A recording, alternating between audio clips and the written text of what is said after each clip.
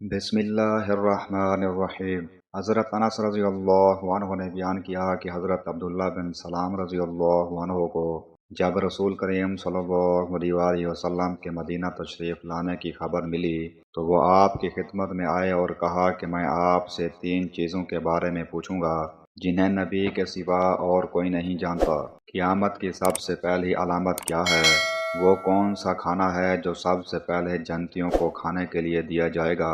اور کس چیز کی وجہ سے بچہ اپنے باپ کے مشابہ ہوتا ہے؟ آپ صلی اللہ علیہ وسلم نے فرمایا کہ جبرائیل علیہ السلام نے ابھی مجھے آ کر اس کی خبر دی۔ اس پر حضرت عبداللہ رضی اللہ عنہ نے کہا کہ ملائکہ میں تو یہی یہودیوں کے دشمن ہیں۔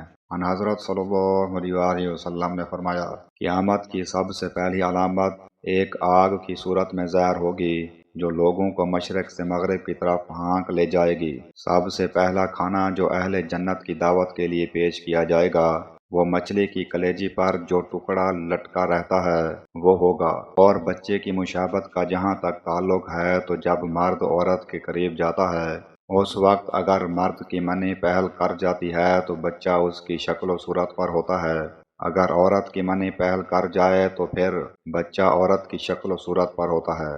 یہ سن کر حضرت عبداللہ بن سلام رضی اللہ عنہ بول اٹھے، میں گواہی دیتا ہوں کہ آپ اللہ کے رسول ہیں۔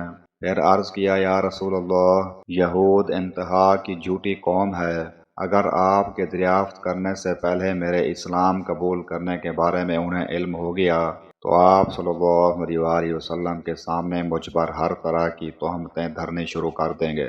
چنانچہ کچھ یہودی آئے اور حضرت عبداللہ رضی اللہ عنہ گھر کے اندر چھپ کر بیٹھ گئے۔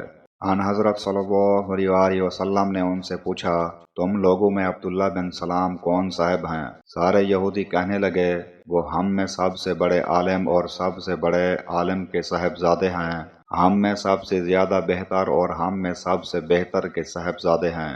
ان حضرت صلی اللہ علیہ وسلم نے ان سے فرمایا، اگر عبداللہ مسلمان ہو جائیں تو پھر تمہارا کیا خیال ہوگا؟ انہوں نے کہا، اللہ تعالیٰ انہیں اس سے محفوظ رکھے۔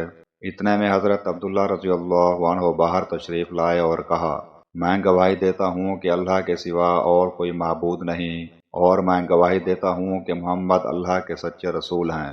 اب وہ سب ان کے متعلق کہنے لگے کہ ہم میں سب سے بدترین اور سب سے بدترین کا بیٹا ہے، وہیں وہ ان کی برائی کرنے لگے۔ صحیح بخاری حدیث نمبر 3329۔